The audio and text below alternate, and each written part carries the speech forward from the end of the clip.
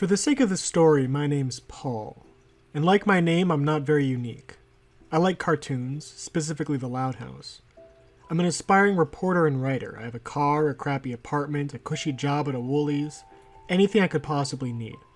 Look, I know this isn't very interesting stuff, but trust me when I say the writing is going somewhere.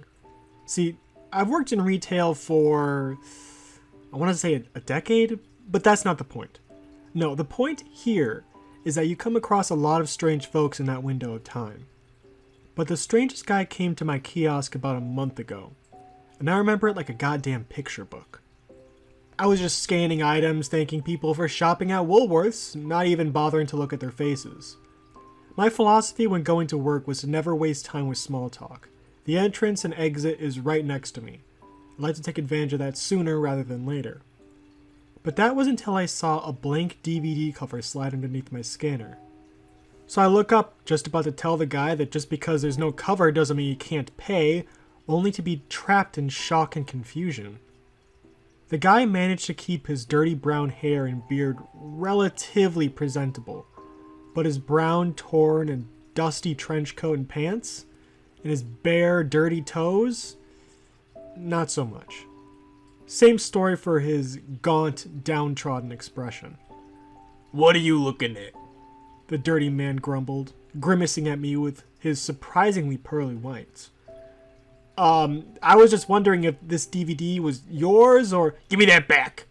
The guy yelled as he snatched the blank DVD right out of my fingers, leaving a gross stickiness behind. "How did you swipe that from my biggest pocket?"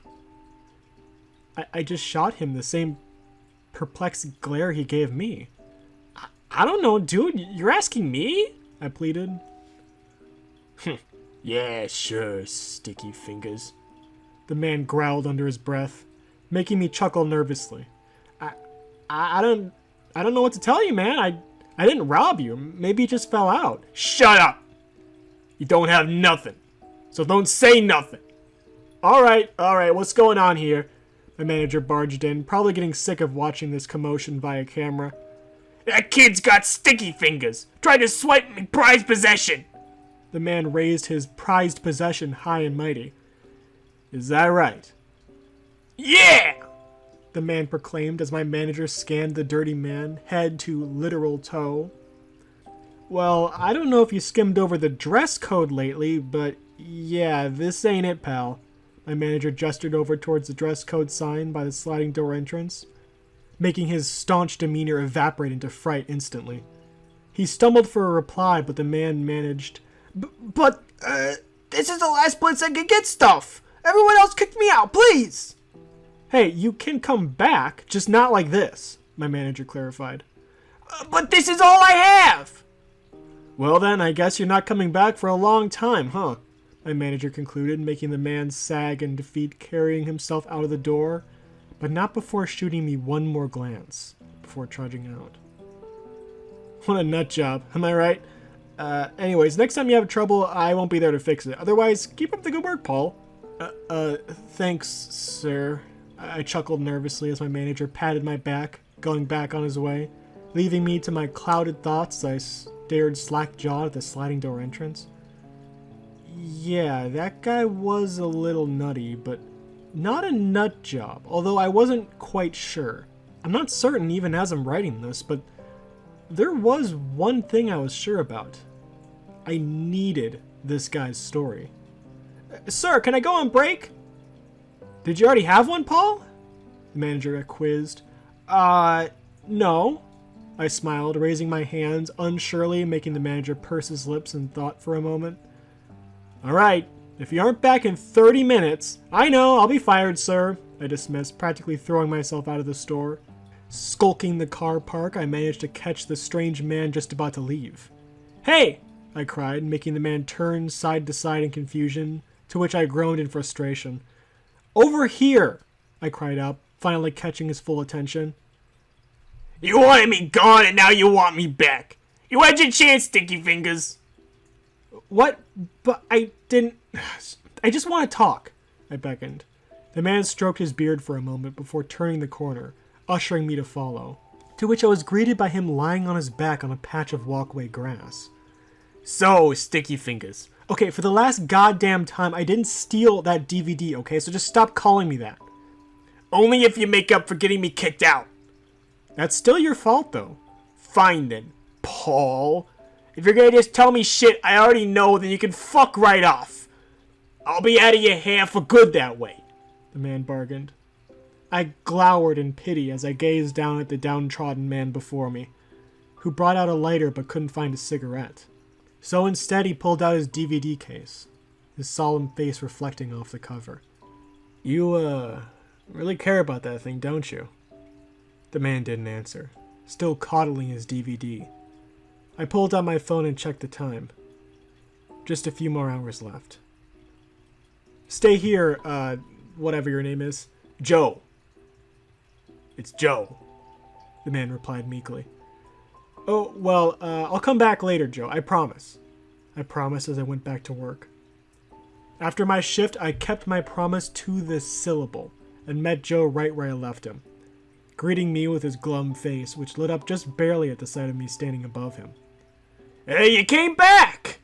Joe remarked cheerfully. I promised, didn't I? But anyways, now that I've got you right where I want you, I began, taking my seat next to Joe. What's your deal? This startled poor Joe. My deal?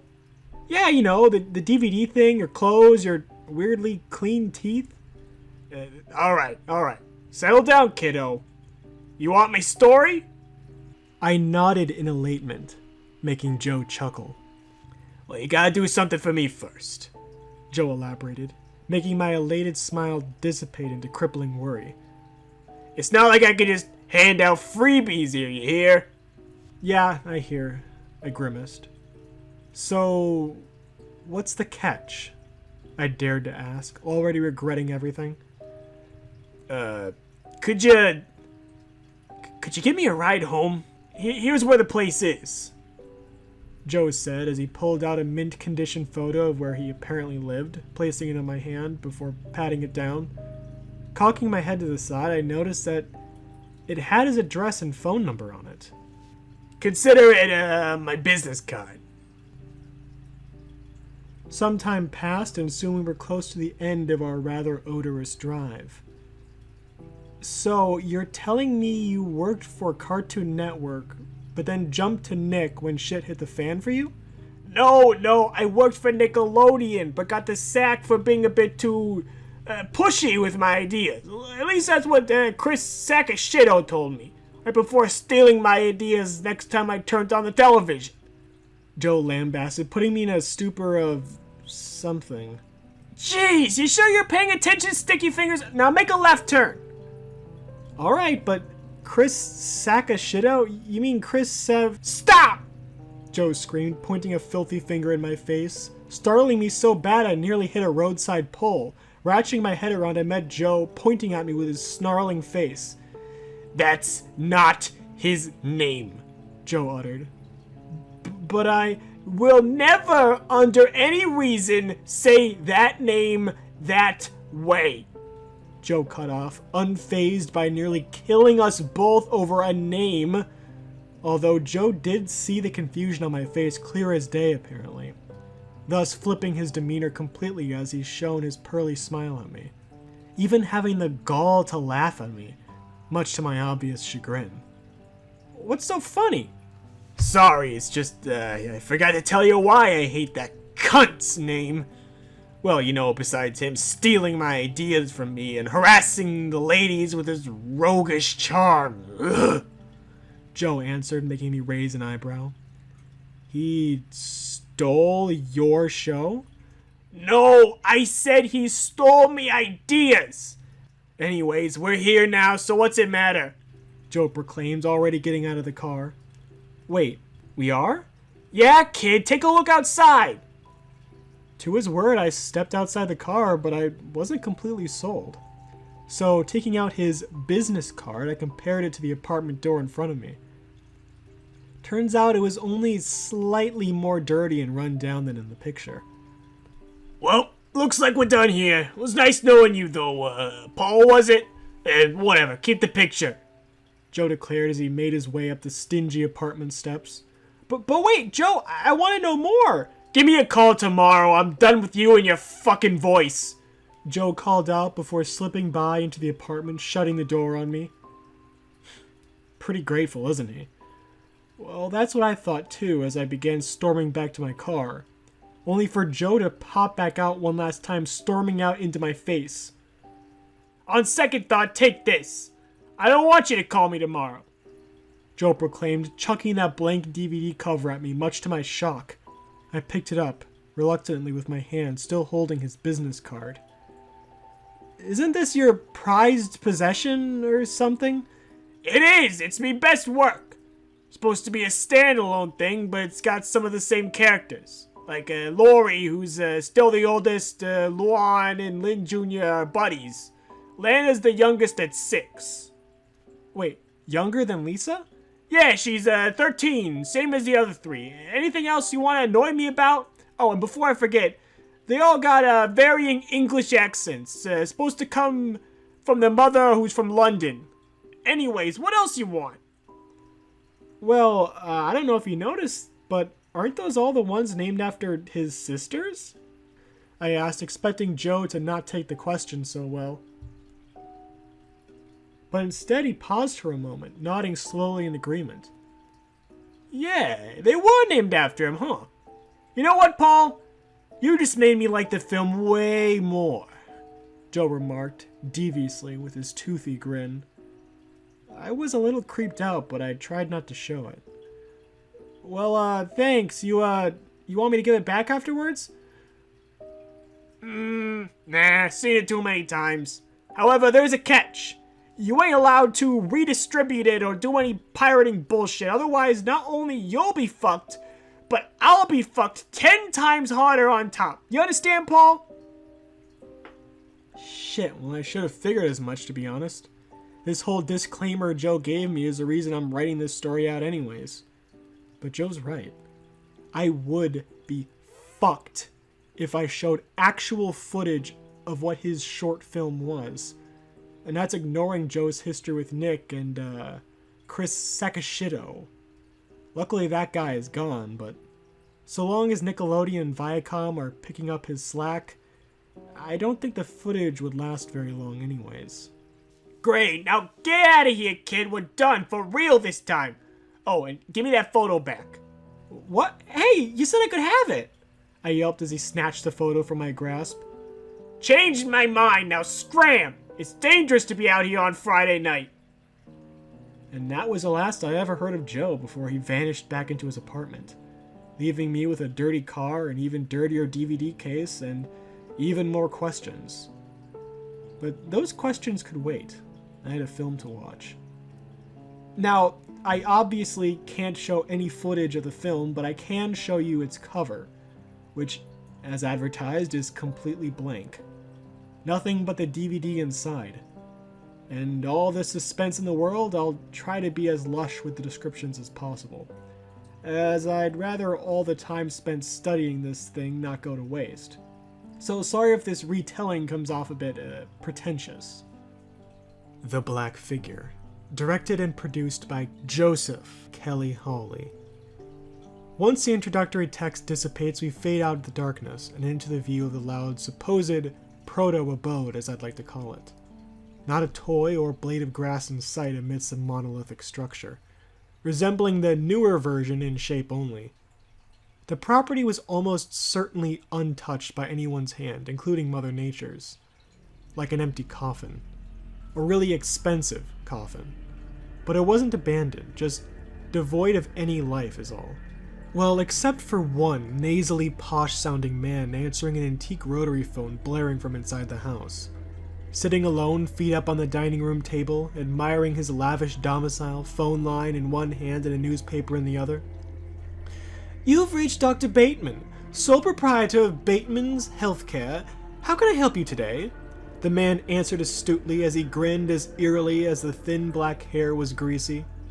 Though that grease didn't carry on to his black-gloved fingers or suit, amazingly. Ah, Rita dear, come crawling back to your old man, Bateman chuckled wickedly, glazing over the paper in his hand with glee. The New York Post. Sunday, October 17th, 1930. Unemployment on the rise by 20% globally, and there's no roof in sight. Of course. I'd be glad to take them off your hands for good. Just so you can get back on your feet. It's a dog-eat-dog world, sweetie. I, of all people, should know that. Bateman replied in a hushed tone. All the while, we got a nice view of the dining room's large and imposing bookshelf, and a framed newspaper article obscured by the bookshelf just enough to know it was about some kind of house fire, and a few casualties to go along with it. Yes, I understand. Yes, I'm not saying that either, Bateman groaned, going stiff at the sound of someone pulling by his house. Call me back later. Oh, and maybe not on the business line next time. Thanks. Bateman hung up abruptly, not even waiting for Rita to finish whatever she was about to say. Regardless, he darted out of the room and stopped by the front door, peering through its peephole. The look of curiosity plastered on his bulging-eyed face morphed into that of morbid delight at the sight of his lovely grandkids, presumably. Here already now? Oh, I'd better get ready then, too. Bateman laughed. He didn't even open his mouth, just staring out with his immovable grin. Cutting away to the house's lawn, we finally get to see the proto-Louds, with Lynn being the first one out, standing stoic and proud with the same #1 sports jersey, bearing the dumbest smile I'd ever seen. However, when she began scanning the place from the tip of the roof down to the creaky hanging sign reading Dr. Bateman's Health Insurance, followed by a phone number underneath. Lori, are you sure this is the place? Lynn inquired unsurely. Yeah, it's huge! I bet Grandpa's got a kickball somewhere around here, Luann interjected, bounding out of the van and by Lynn's side. Yeah, you could get really lost really easy, Lana uttered meekly, moseying around the front of the van, latching onto Lori's side like a koala. Oh, I wouldn't dare worry about that, not when I'm with my little koala bear, Lori cuddled as she squeezed Lana with all her might. Tight, too tight, Lana wheezed. Huh? Oh my, Lori gasped, letting Lana free upon noticing her face turn red. There, all better now. Lana just groaned in response. Anyways, yes, Lynn, this is in fact the place, no matter how poor the presentation. But anyways, where are your bags, everyone? Accompanying a cacophony of grunting, Lisa revealed herself, carrying everyone's luggage. Here, everyone! Your burdens! Lisa heaved out before collapsing underneath all the weight, much to everyone's astonishment. Well, what's everyone gawking at? Come on, get your, burdens, Lori instructed, with everyone getting their bags, allowing Lisa to stumble back to her feet, adjusting her glasses as she dusted herself off. Much appreciated. I was wondering when someone would... Lisa stopped, taking in the domicile in all its estranged glory, especially the ragged business sign. Dr. Bateman? Didn't Mother say he was a snake oil salesman? Lisa queried, offending Lori. No, Grandpa isn't some lowly snake oil salesman, he's a doctor, and the man responsible for giving Mother a job amidst this mess. So be nice, everyone. Anyhow, what are we standing around for? Let's get a move on. Now that's something I can get behind. Race you to the front door, Lynn, Luann declared, shoving past Lynn amidst her head start, giggling all the way too. Although Lynn wasn't as headstrong about it.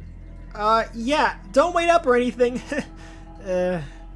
Lynn hummed wistfully as all her sisters pushed past, except for little koala bear Lana standing by Lynn, looking at her longingly. At first, Lynn was confused about what Lana wanted. 'Twas only when Lana raised her arms out beckoningly did Lynn finally put all the pieces together, lifting Lana off her feet and planting her onto her shoulders. Don't get too used to this, yeah? I won't, promise! Lana promised, the two smiling cheerfully as they met up with their fellow sisters. Inside the house, we see Bateman grooming himself by a mirror in the bathroom, adjusting his black vest and tie and checking the time with a gold chain pocket watch he pulled out his vest. Jumping out his skin at the barrage of doorbell rings assaulting his ears. I'm coming, impatient lot, Bateman murmured to himself as he hurried down out the bathroom, making sure to grab the ebony cane he left by the sink. Outside, we see Luann impatiently ringing the bell, much to everyone's visible annoyance. You only need to do it once, Luann, Lori pointed out agitatedly. Well, maybe he can't hear it. Just one more time. He is a grandpa. Have you considered just standing and waiting so we don't get yelled at? Lisa urged.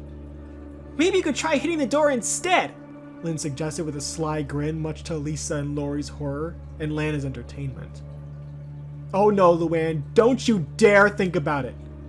Hey, that's a great idea, Lynn! I'll put the bags back in the van, Lisa insisted as Luann readied her fist. But before that could happen, Bateman swung the door wide open, catching Luann's fist mid-swing by the wrist. That's enough, Bateman uttered, his demeanor scaring them stiff. Even Luann's cheery demeanor wavered just a smidge. Hi, Mr. My name's Bateman. Dr. Bateman. Or just Doctor. Take your pick, Spawn. I know by the sign, mister. Can you give me my hand back? Please? Luann reasoned with a desperate smile as she attempted to free herself, but his titanium grip didn't budge. Not even by a smidge. Eventually, though, he did let go, throwing her hand back to her so hard she nearly fell to the ground, being saved by Lori, luckily. So sorry about Luann. She hasn't had much to do in a good while. You know how rowdy kids can be. Lori smiled, but Bateman didn't seem too impressed. Flattery will get you nowhere. What are your names? I'm Lori, the oldest out of everyone. Lynn, Lisa, and Luann are all the same age, and can be quite a handful, as you can see. Lori elaborated, gesturing towards them, who both greeted Bateman reluctantly. So I've seen, Bateman remarked. Of course, we also have the always resourceful Lisa. She's top of every class in her school, Lori boasted, gesturing towards Lisa. Thank you, Lori. Although the compliment won't mean much when I graduate in a few months, Lisa professed, stepping forward to shake Bateman's hand.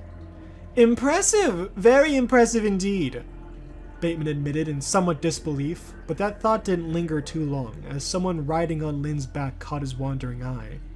And who might this one be? Bateman questioned with a warm smile, pointing his cane at Lana, making Lana scramble off Lynn, cowering behind her valiant shield. She doesn't like me very much, it seems, Bateman pointed out, tilting his head to find Lana toiling to evade his gaze. You simply must forgive Lana. She's, just oh so terribly frightened of meeting new people, Lori answered pitifully. Oh, that'll fade, my dear, it always does, Bateman chuckled mischievously. Now, let me show you to your rooms. And that's exactly what he did next scene, with Bateman walking them up the stairs into the hallway, which was the exact same layout as the proper show. Lori living in her room, Lisa living in hers, and Luann living in hers, etc. Of course, the main difference here being the absence of the rest of the family, and the closet down the hall remaining unoccupied as a result. But after showing them to their quarters, Bateman neglected to tell where he slept.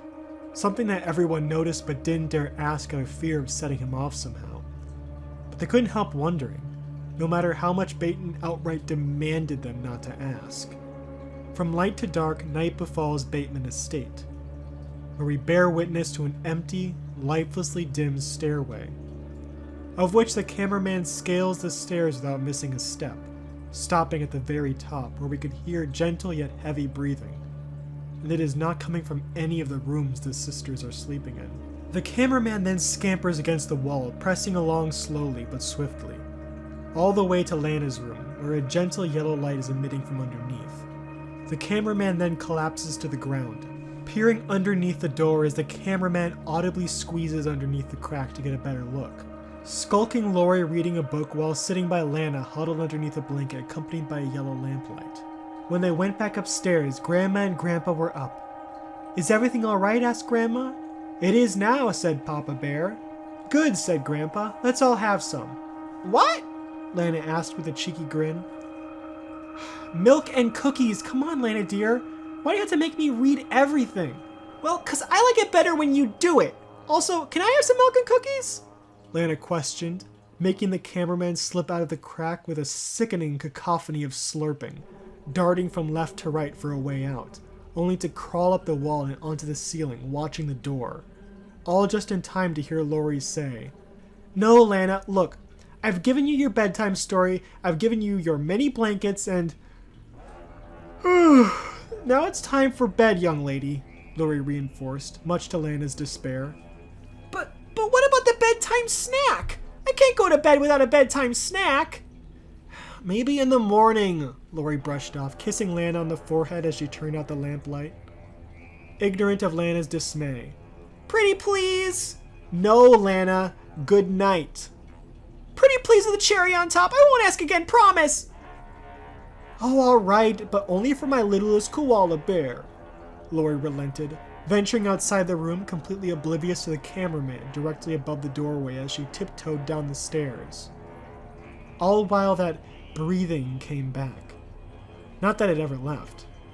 No, it just got much, much worse once it saw Lori leave Lana's room unprotected. Well, pressing onward, the cameraman just sits there, lingering on the wall like a gigantic cockroach. But unlike a cockroach, the cameraman began to whisper something. I can't take it. I can't take sitting here waiting for a second longer. The cameraman murmured raspily, continuing to breathe their monstrous moist breaths as he began scaling down the doorway, making sure to keep on the edge so as not to be spotted, presumably. Slowly but methodically, the cameraman kept to every shadow. All the while, Lana sat petrified in fright, although it at first wasn't a rational fright. But as the cameraman crept under every piece of furniture in the room, Lana felt something go bump underneath her bed. Lana didn't dare move, instead staying right there, where the monster couldn't get her. Underneath the covers, of course. But unfortunately for her, that was the worst possible thing she could have done, as a long, sickly hand stretched out, pinching a piece of blanket, gently peeling away every layer of protection Lana had, as the cameraman's eyes silently rose over her bedside, optic nerves and all. Lana screamed to the absolute highest of heavens as the cameraman's hands swung out from underneath the bed, both snatching her and covering her mouth as she kept crying the bloodiest of murders she could while muffled. By now, the cameraman had long since woken up the entire house with his commotion, so the creature clambered out of the room as fast as possible, only to be cornered by the still half-asleep Lynn, Luann, and Lisa. All they knew was that something really big and scary just kidnapped Lana, whose face was absolutely drenched in frightful tears. Unfortunately for them, though, the cameraman was much too swift to stick around, leaping from the top steps down to the very bottom in one swift motion.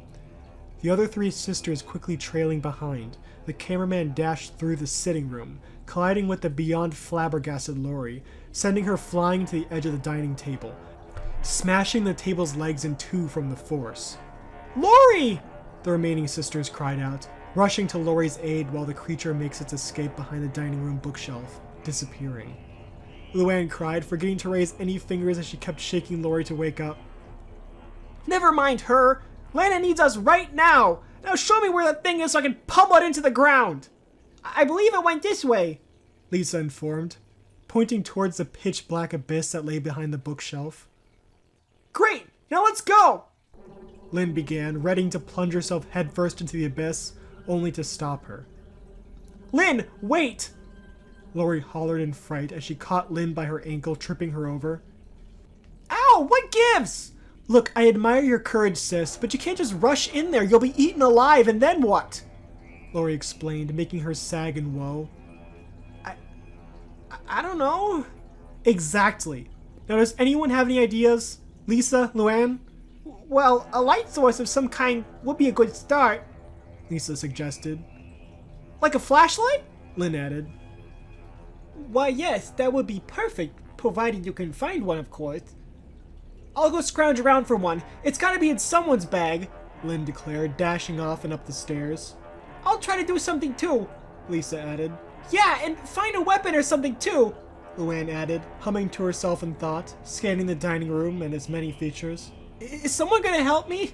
My back feels much too raw. Lori ached. Oh, my apologies. Take it easy for now, though, will you?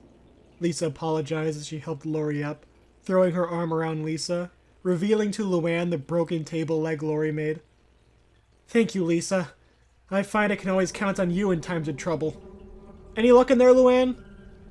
I'm thinking, Luann revealed, visibly shocking Lori and Lisa. Luann? thinking? As if tonight couldn't get any stranger, Lisa admitted. Indeed. But speaking of things that are strange, where the bloody hell is Bateman? And more to the point, why didn't he tell us about this? Do you two mind? I said I was thinking, didn't I? Jeez! Luann chastised, stopping the bickering right in its tracks as Luann continued thinking, darting her eyes from the broken table leg to the kitchen and then back at the two impatient sisters in front of her, until just like that it all clicked in her head. Well, a good amount anyways. Moseying over to the broken leg, she picked it up, looking around for something, which conveniently was the very moment Lynn came back. Sorry, everyone! No flashlights, no lamps, no candles, nothing! Lynn informed tiresomely, pausing at everyone staring at her, especially Luann.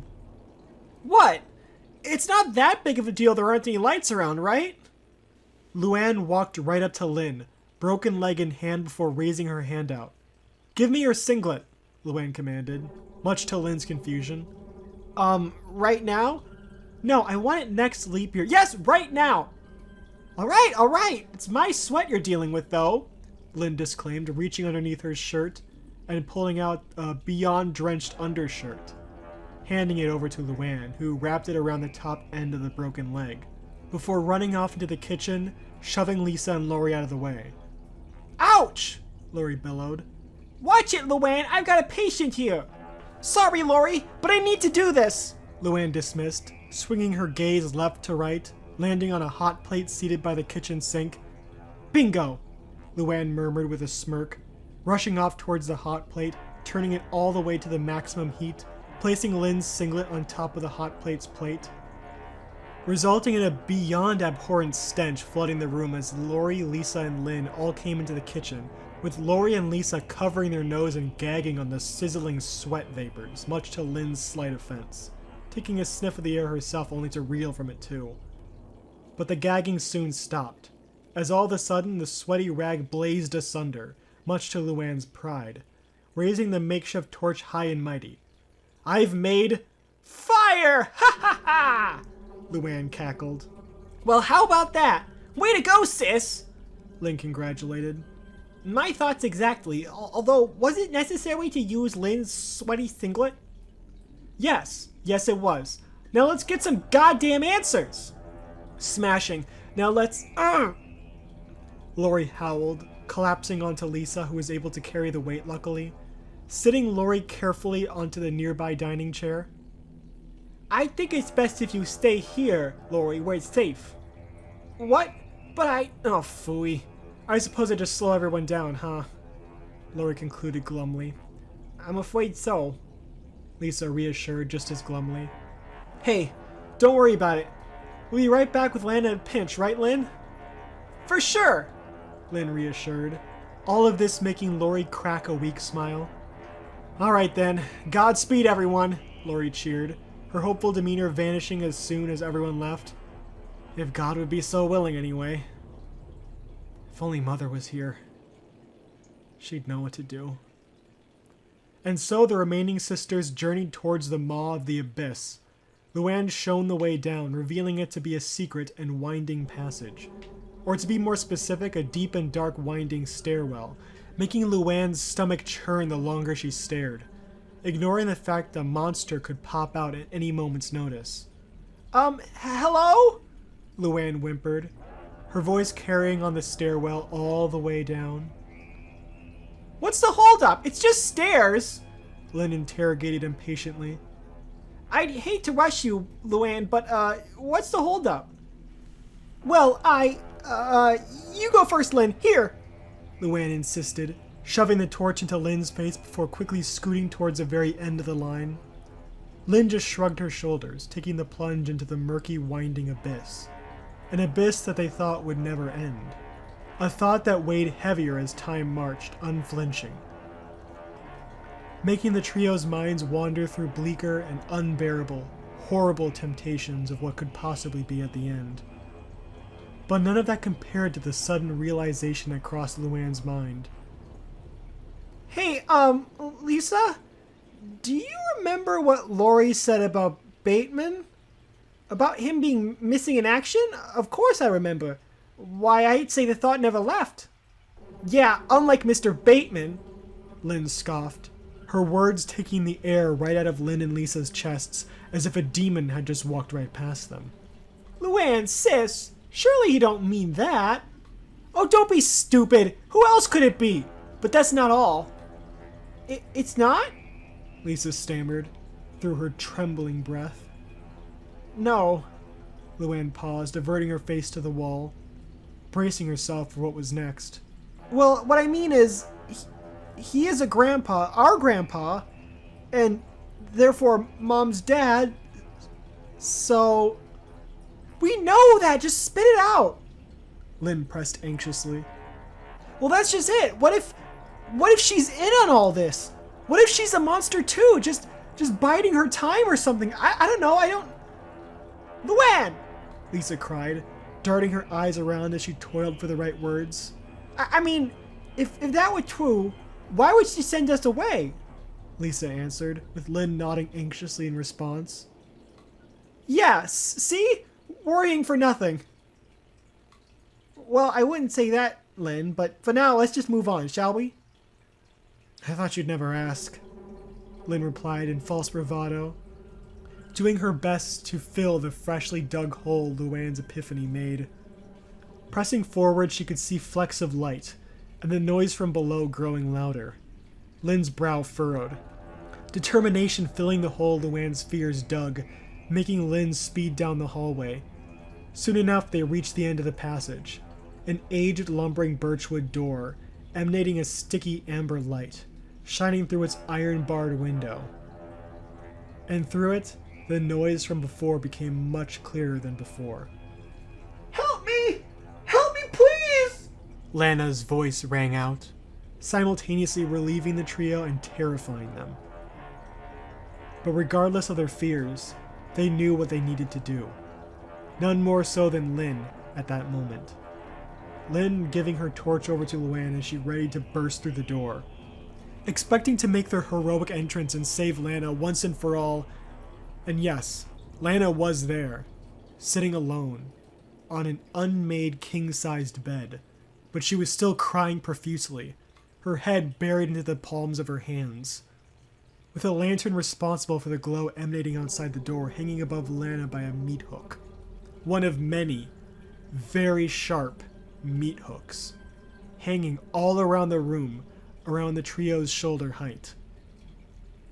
After absorbing the ambiance, the trio approached Lana, sitting around her on the bed, everyone doing their part to comfort Lana, with Lynn and Lana cuddling her affectionately as Lisa watched from afar, unable to join in whilst holding the torch. Shh, it's okay. Lynn's here. We're all here for you. We're gonna get you out of here, alright? Lynn promised as she cooed. Yeah, and we'll get some yummy ice cream, Luann promised, but Lana just pushed them both away forcefully, furling up into a little ball of misery. Isn't seeing us here a good thing? Lisa inquired. No, Lana sniveled, shocking the trio, especially Luann. But why don't you want to go? And, here, Lana. Luann offered her a handkerchief, to which Lana slapped it out of Luann's hand furiously. Of course I want to go, I hate it here. But now we're stuck here because Mom hates us. Lana revealed, deeply concerning the trio, especially Lynn, when recalling Luann's fears about her. Who told you that? I did, Bateman boomed, closing the wooden door as the trio entered, stepping out of the dark corner he hid in, revealing his freakish self. He stood just as tall as ever, only completely naked. His disgusting black hairs littering his chest and legs, serving as the only means of coverage. Right down to his gangrene toes and curly yellowed toenails. But they didn't grow on the rest of his scrawny skeletal body.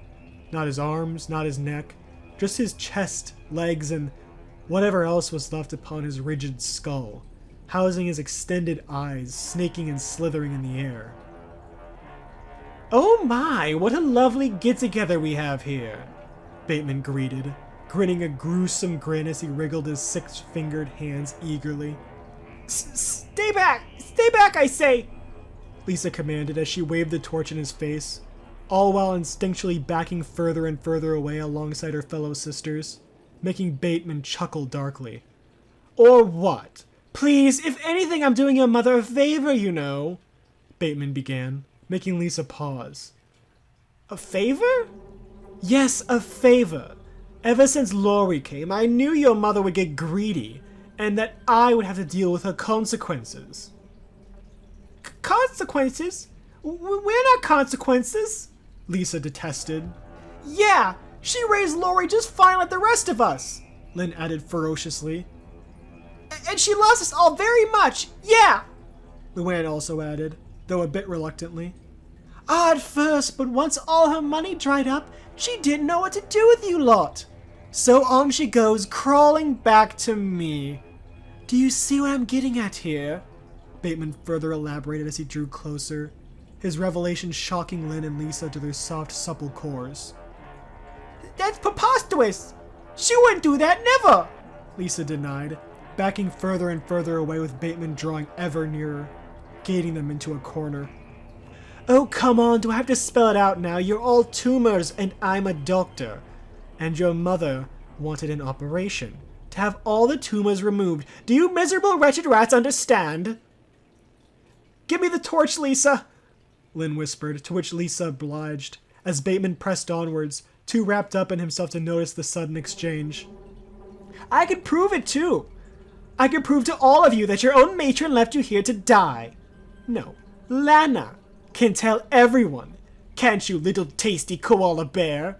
Bateman cackled, making Lana begin to break down all over again, making Bateman chortle in glee, laying the final straw on Lynn's back as she raised her torch. Tell you what, little wretch, if you can admit to everyone what was said over the phone, I might just whack. Lynn struck Bateman right across the face with the torch, bursting both his extended eyes, sending Bateman swinging around the room, clutching his now burning optic nerves in agony as he cascaded around the room, burning blood splattering the room as he toiled to hide the pain, only to be caught by several meat hooks, the chains wrapped around his arms and chest, locking him in place as he felt the fire spread from his exposed nerves to all across his face. Bateman roared in bestial, primal agony, all the while ripping himself apart as he kept fruitlessly toiling to break out of his meat hook bindings.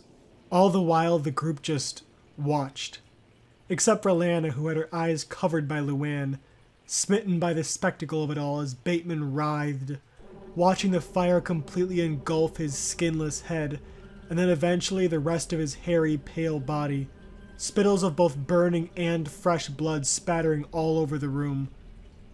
Lynn searched for the torch, responsible, picking it up and turning back to Bateman's burning screams. Her brows narrowed, hatred brimming from every fiber, hatred so potent it made everyone turn to look at Lynn instead, and what she was going to do next. Only for Lisa to grab Lynn's arm, her fiery gaze snapping to Lisa, averting the torch away from Bateman's writhing body. Leave him. His demons are much better at that than you, Lynn, Lisa reasoned, making Lynn pause in thought. But one look back at Bateman's hideous form told her what she needed to do. But we never truly know what she does, with the scene cutting away as Bateman's writhing agony echoed into the next shot. The same shot from the very beginning, in fact. Only, of course, Lori was where Bateman sat, waiting anxiously, tapping her hand on the table repeatedly to stave off the worry, but it didn't do much. Fortunately for her, many pairs of footsteps were approaching, a warm yellow light getting brighter and brighter, much like Lori's ever-growing smile, expecting to see all her fresh-faced sisters, bright and jolly again, just like when they first arrived. But no. Hauling themselves out of the abyss came Lynn, Luann, Lana, and Lisa, in that order. What happened? Lori sputtered, frightened by the display. Bateman happened, Lynn answered bitterly, taking a seat on the table opposite to Lori, bearing the same dour expression her other sisters wore. Oh, Lori uttered, quickly piecing it all together from there. So that thing was Bateman, Lori mumbled, with the sisters nodding lazily in response, making Lori's frown deepen. Did Mother know about this? Who'd you think made the call? Luann asked bitterly, Laurie's eyes widening in shock, only for the shock to wane back to the same fearful frown as everyone else. We can never go back home. Ever. Lana spat, filling the room with deafening silence right afterwards. So, what do we do? Lisa uttered pitifully, leaving Laurie's mouth agape for an answer. All that would come out were fearful, dreadful, heart-aching breaths.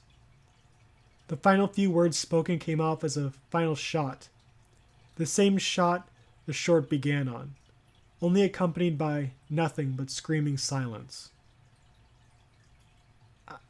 I don't know.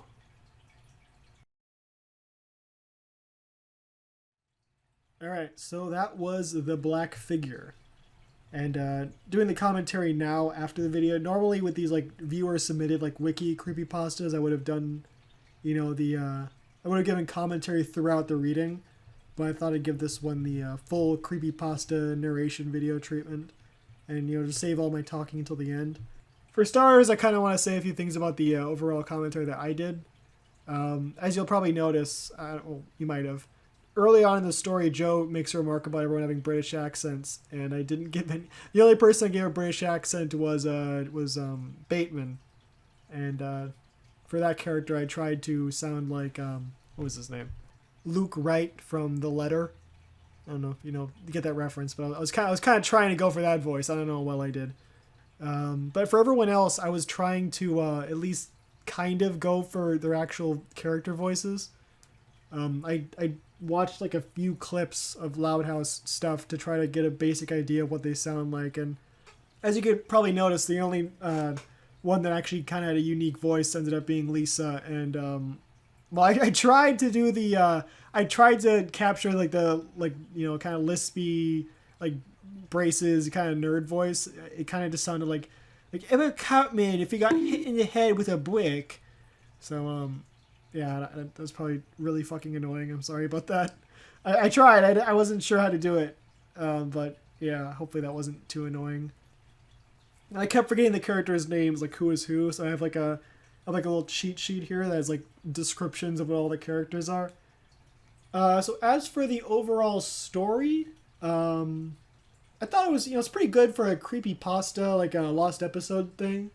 I think the overall idea of like, a mother who ends up having too many kids, and at some point there's like some economic crisis, so she sends them to like presumably live with their grandpa, but in reality she's sending them to all get killed because the grandpa's a monster. It feels very much like a fairy tale. Like it feels very much like a fairy tale type of story. Kind of like Hansel and Gretel. If the parents sent the kids specifically to live with the witch, saying, "Oh, this is our aunt. Yeah, go live with your aunt," like knowing that the aunt was actually the witch or something like that. And speaking of which, that kind of brings up a little question I have about whether or not Bateman is actually related to, what was her name? Let me check my notes. Hold on a second. Rita. Because, I think, who was it? Luann brought this up, some point in the story, but it's like, well, if the grandpa is like some like horrific eye stalk demon monster, wouldn't like the mom also be like a horrific eye stalk demon monster? And I was thinking like, okay, if the mom is also a horrific eye stalk demon monster, wouldn't the kids then be horrific eye stalk demon monsters? It's like, okay, where does this stop? Like, or the question of like, are they even related, or is Bateman kind of like a demon who pretty much like a deal with her?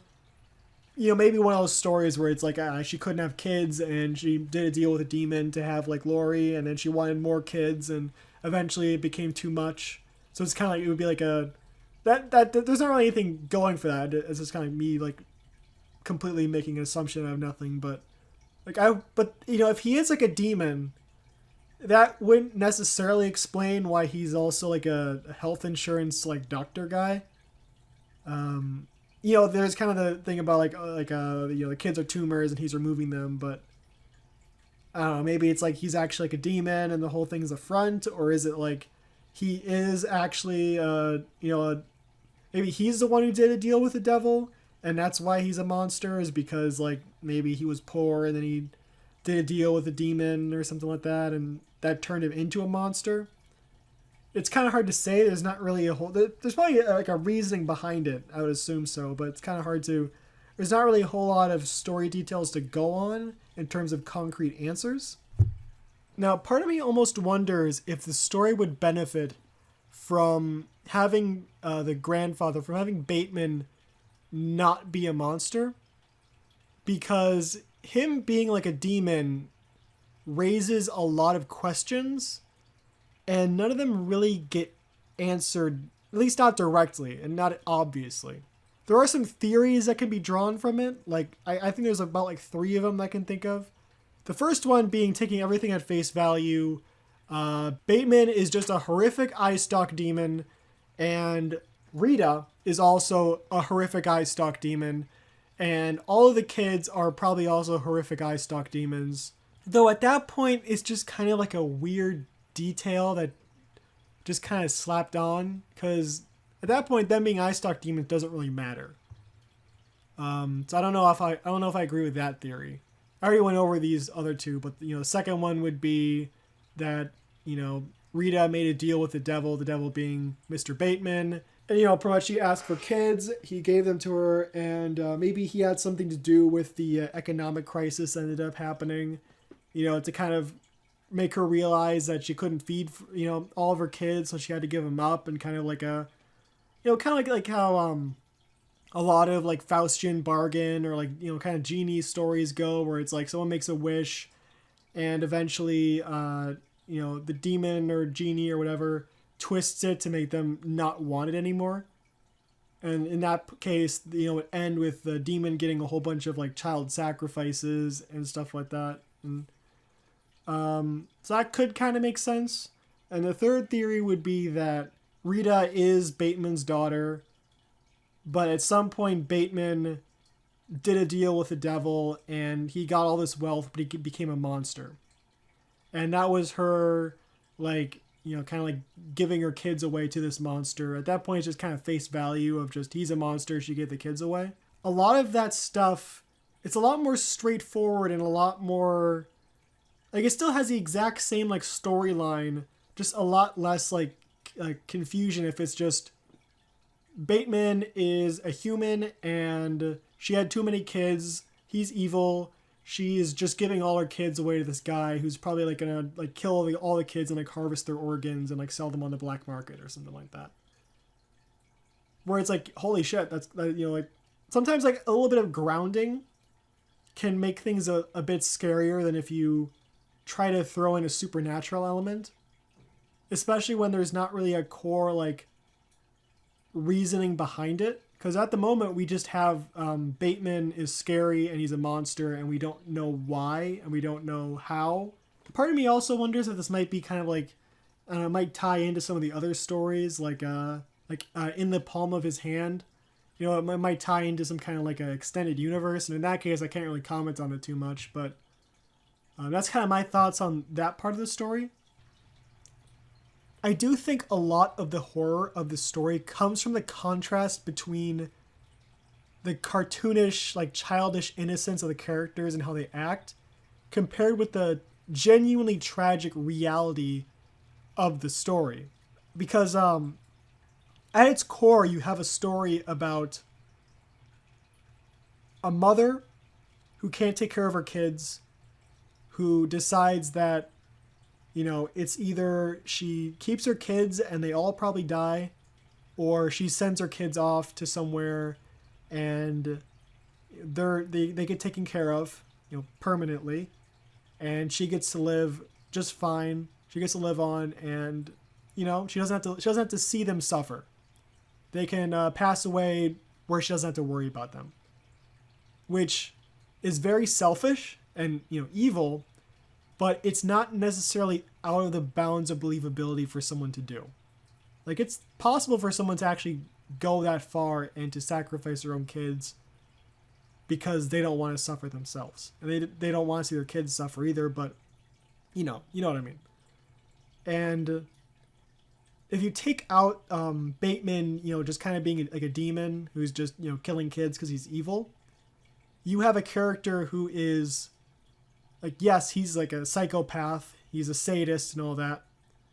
But at the core of that, if he's just a person, you have someone who is trying to help their daughter. Because he doesn't care about the kids at all. He cares about his daughter and whether or not she's able to survive. Because, when he says, like, I'm trying to help your mother, that kind of shows him as being like he actually kind of cares for his daughter. And if he's a human, that kind of like lends to the reality of him just being a person who's just doing he has his own reasons for doing it, no matter how twisted they are, no matter how twisted he is. He's also just a person. And the kids, of course, they're like the ones who were brought into this world by someone who was, maybe they, as he said, got kind of greedy and wanted, more children. Probably because of the happiness that, they brought her at the moment. But, when shit hit the fan, she couldn't take care of any of them, and she just decided to get rid of all of them. So they were kind of just thrust into this very unfortunate situation. And you have a situation where, like, all these people, like, there's not necessarily, like any person who's, like, pure evil. I mean, Bateman, of course, is definitely not a good person. The mother is definitely not a good person, but they have their reasons. And at that point, you just have a horrifically tragic situation of people acting very selfishly and not regarding human life. And I think that's just such like that right there is such a cold and horrific story that you don't really need to put like a demon in there. That's already very like dark. Like without any monsters or anything to make it like a fantasy, you have yourself right there like a terrible tragedy. And having that actually pretty well written like idea, and having that like tragedy put in as the underlying story to a kid's cartoon, that's really good. That is very good. That's a very good like contrast. It's a very well done contrast. Like I genuinely believe that like him being a monster kind of lessens the reality of the situation by just saying like, oh, he was a monster all along, and it kind of lessens the reality of it and lessens the harshness of just kids were put in a horrific situation, now they're left completely alone. Because the ending really highlighted that feeling of just there is no like a dramatic cliffhanger. There's no like a climax of like Bateman like standing back up again. No big reveal of them also being monsters. It's just some kids left completely alone with the knowledge that their parent, the person they trust more than anything in the world to keep them safe, sent them to die. Just that knowledge right there. That they have nowhere else to go. And their parent tried to kill them. Like it's such a harsh and cold ending. And I think it's like, if you were to go full in on that, I think it would be really good. I think it's really good as it is. I think I said that before, but I genuinely think there's like some really good concepts in this story. As I said, it's definitely my opinion. Like the Bateman, because it's like you still have everything there. You still have all the the aspects of the tragedy, which are, as I said, very well written. Pretty simple story. It's like Hansel and Gretel, but I do think it's woven into the plot in a way that's subtle enough to not make it too outwardly dark of a story. Like it still feels like something you would kind of like outside of the gory scene. It still feels like something you'd see like as like a Halloween special, as like a kids movie. But it is like at the point where it's like it's so dark that it's like, yeah, this is something that would traumatize children. Like just the story alone is enough that you could probably traumatize children with it, even without the gore, without the monster. As I said, you have a very tragic story here. And I think it's a lot more than you get out of like a vast majority of Lost Episode creepypastas. Also, one last thing to add. The scene where where Lori hits the table, and Luann's like, how many fingers did I hold up? And then she's like so panicked that she forgets to even hold up any fingers. I had to like re-record that like once or twice because I kept laughing at it. I don't know. Like, that's for some reason that got me like really good. I don't know. I thought that was really funny. I really liked that part. But yeah, that was the Black Figure, and that was my thoughts on the story. As I said, like most of it is just like my opinion, in terms of like some of the aspects of certain things. But yeah, I hope you guys enjoyed it. I had fun recording this. Kind of nice going back to a pure creepypasta type video because I haven't made one in a while.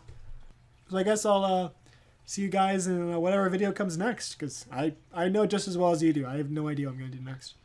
See ya.